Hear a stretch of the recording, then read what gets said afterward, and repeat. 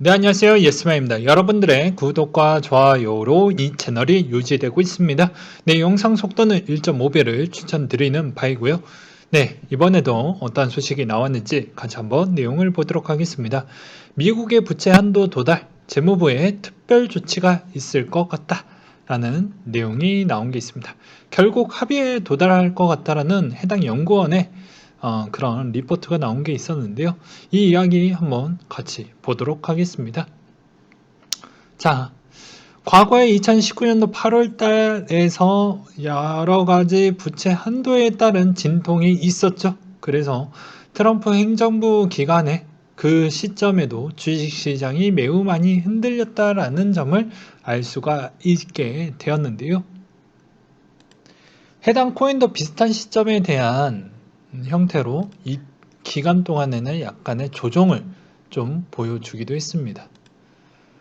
그렇기 때문에 그만큼 뭐 이런 내용들이 왜 중요하는지에 대해서도 여러분들도 알고 계실 것으로 보여지지만 코리니 분들이 또 많이 들어왔기 때문에 다시 한번 설명을 드리도록 하겠습니다.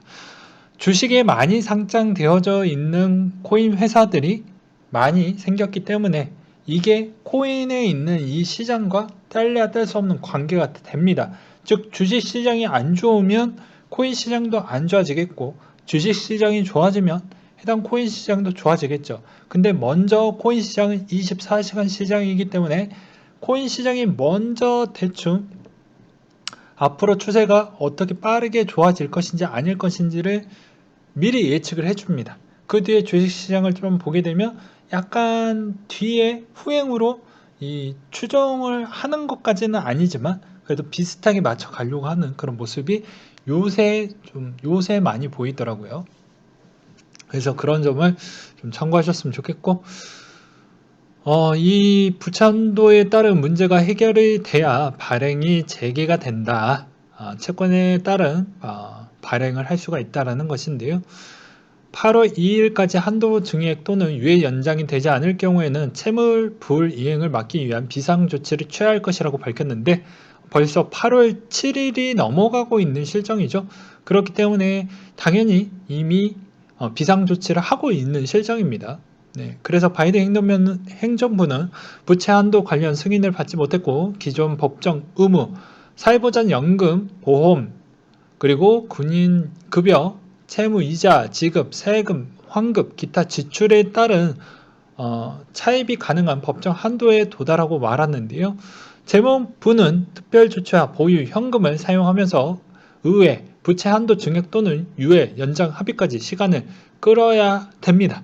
예, 재무부가 활용할 수 있는 특별 조치는 퇴직 공무원, 장애인 연금기금 등의 신규 투자 중단 및 기존 투자금 상환, 그리고 정부 증권 투자기금의 재투자 중단, 외야 안정자금 투자 제한 등이 있지만 이러한 투자 조치 규모는 한정적이며 더욱이 10월 1일에는 국방부 퇴직금과 헬스케어 투자 목적으로 약 1,500억 달러 지출할 예정이라 재무부가 현금이 예상보다 빠르게 고갈될 수 있다는 점입니다. 그리고 코로나로 인한 적극적인 재정지출 환경 및 경기 회복의 세수 강도, 불확실성 등 미 정부의 디폴트 시점에 정확히 예상하기 어렵지만 10월에서 11월 정도의 전망이 우세하다. 즉 코인 시장도 이 시점에 좀 많이 흔들릴 수 있어요. 라는 이야기를 하고 있는 실정이죠. 그렇기 때문에 이번 형태에 따른 중요하다라는 걸 다시 한번 볼 수가 있게 되겠고요. 부채 한도 추이를 보게 되면 계속 높아지고 있다는 걸 해당 그래프에서도 볼 수가 있게 되겠습니다. 그리고 부채 한도 특별 조치 및 한도 상향 조정 부분을 보게 되면 주요 내용 총 4가지로 되어져 있는데 주정부, 지방정부, 재정증권, 매각 중단, 퇴직 공무원, 장애인 연금기금, 우편 서비스, 퇴직자 건강 혜택 기금 및 신규 투자 중단 및 기존 투자금 상환, 정부 증권 투자기금 재투자 중단, 외환 안정기금 투자 제한이 있다라고 되어져 있습니다. 그래서 정부의 채물 불이행 시점은 정부 현금 흐름의 일반적인 변동, 정부 지출, 경제 회복세, 세수 정도에 따라 약간 좀 차이는 발생을 할 수가 있다. 뭐 이런 내용이 있어요. 그래서 저는 이 내용을 보면서 어떻게 볼 수가 있냐. 약간의 진통이 있을 것으로 보여지지만 그래도 그 시점에 주식적 관점으로 보게 되면 줍줍하는 게 맞습니다. 예, 맞는데 코인은 또 어떻게 흘러갈지는 좀 애매하긴 하지만 그래도 못 먹어도 고 하는 게 맞지 않을까요? 라는 생각이 들기도 해요. 그래서 10월, 11월 정도 때는 또 이런 시점에서 또 한번 흔들리게 되는 측면이 있기 때문에 이거 잘 유심하게 좀 기억을 해 두시는 게 바람직할 것 같고요. 네, 그 다음으로 에이다가 테스트넷 퍼블 단계에 진입을 했다라는 내용이 있었고요. 그 다음으로 EIP1559 도입 후 이틀 동안 500이더가 소각이 됐다라고 합니다. 되게 빠르죠? 네, 되게 재밌고요.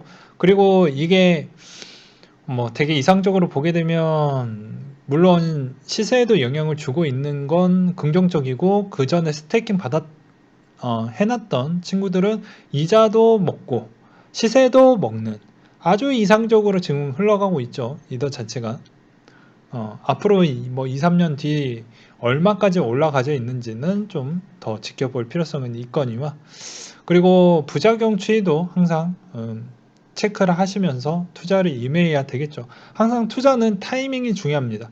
내가 어느 시점에 매수를 할 것인지 매도를 할 것인지 그 타이밍이 정말 중요하거든요. 그것도 마음의 준비와 용기가 필요합니다. 그래야 그만큼 본인이 벌 수 있는 그런 능력이 그 정도라고 저는 보고 있어요.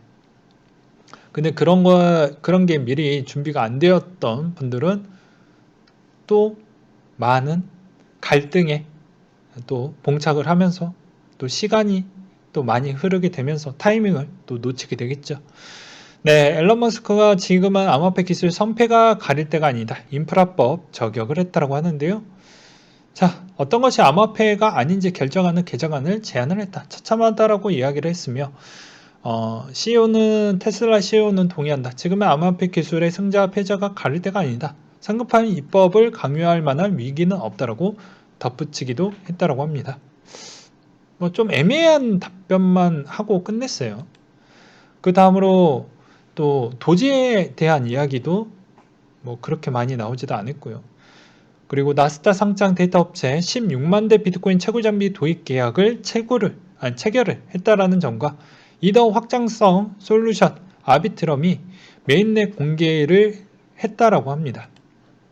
그리고 체인링크 기후 데이터 구글 클라우드와 통합을 했다라는 것과 퀀텀의 NFT 게임파이 메타버스 프로젝트에 500만 달러 후원을 제공할 계획이라고 또 나오기도 했었고요. 그리고 크립토 펑크의 NFT 누적 거래량이 NBA 탑샷을 추월을 했다고 합니다. 그만큼 인기가 좋다라는 걸 알 수가 있게 되겠죠. 그러다 보니까 가뜩이나 어떻게 보면 이번 이더 업데이트 관련해 가지고 소식이 있었지만 해당의 NFT가 더욱더 빠르게 회복을 해줌으로써 가격이 더 좋은 흐름으로 보여주고 있다. 뭐 저는 이렇게 좀 설명을 드리고 싶습니다. 그 다음으로 CME 마감의 숏 물량 증대, 롱 이점 물량이 증가를 했다 라는 내용인데요. 현물 장세에 가격이 올라와서 5천만원 비트코인 달성을 했지만 CME 장 마감 이후 비트파이낸스 숏 물량 비중이 수직적 증가 상태를 이루었다.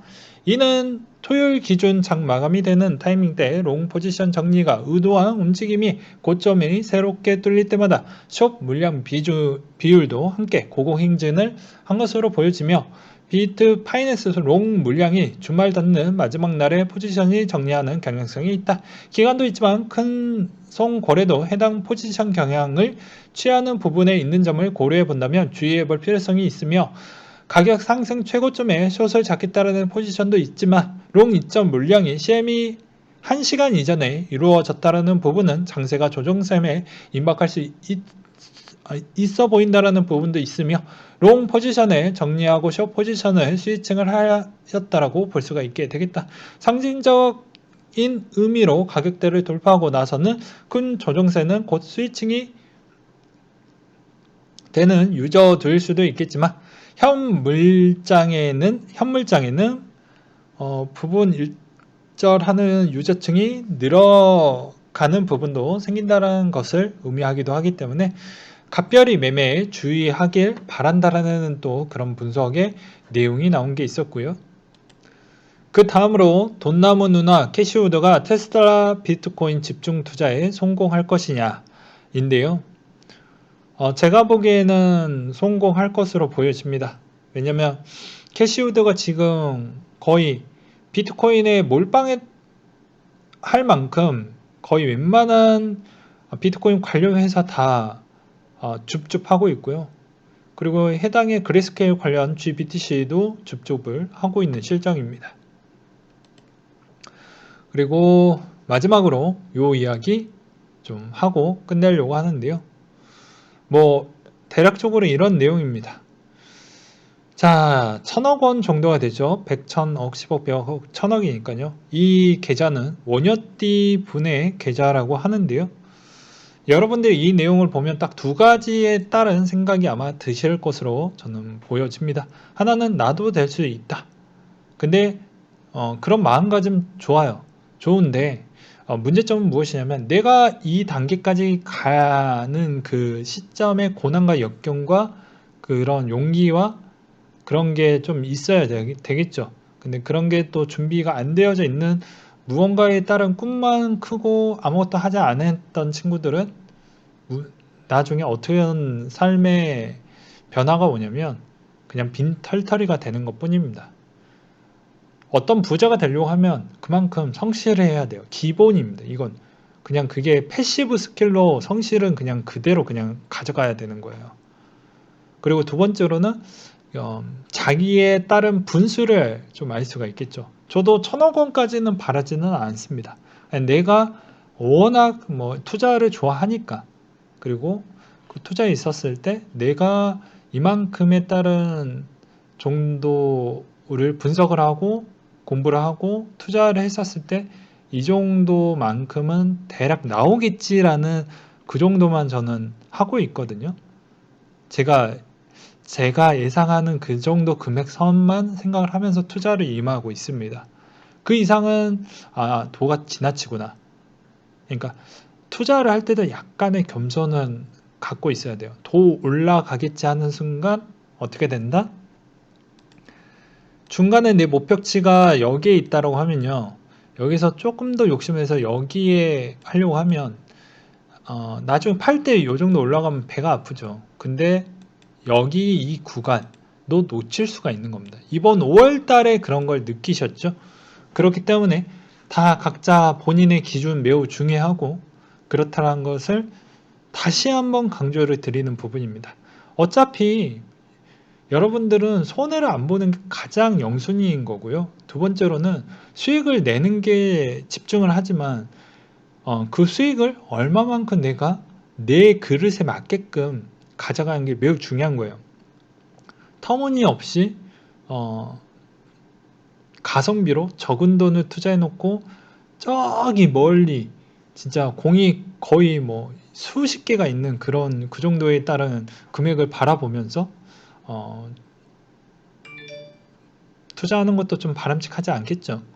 그렇기 때문에 그런 걸 좀 종합적으로 보셨으면 좋겠습니다. 그래서 그 두 가지 꼭 잊지 않으셨으면 좋겠고요. 네.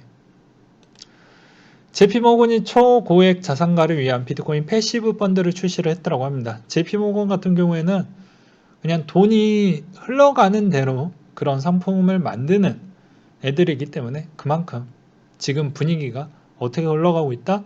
부자가 이런 걸 필요하다라고 얘기를 하고 있으니 맞는 거죠. 그러니 당연히 앞으로 시장은 긍정적으로 볼 수밖에 없겠죠. 네, 저는 그렇게 보여집니다. 여러분들의 생각은 어떠한지 댓글로 남겨주시면 정말 감사하겠습니다. 네, 오늘 매우 뭐라고 이야기를 해야 될까요? 8월 달에 대부분 계속 댓글에 언제 살 건지 제발 커뮤니티에 글 좀 써주세요 라고 해서 저 점점 부담을 많이 갖고 있습니다.